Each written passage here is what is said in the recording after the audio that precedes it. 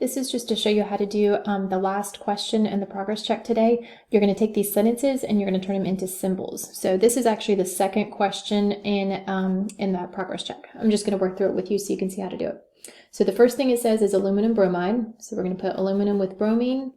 The bromide implies that they're bonded together.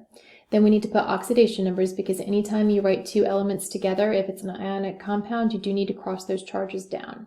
So we need to bring that 3 down to bromine. Then it says plus chlorine gas.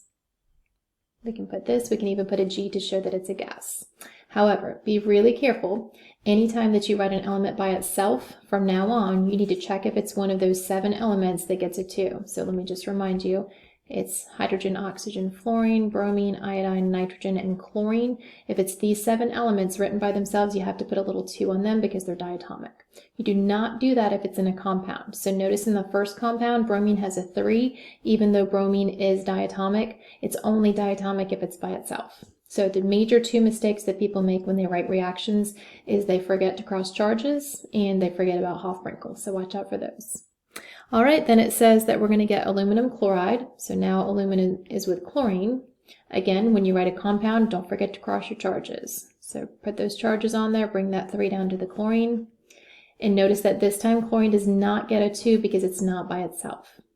And then the last thing it says is bromine gas. Let's check down here, and bromine is diatomic, so we do need that little 2 there. You could put a G there to show that it's a gas as well.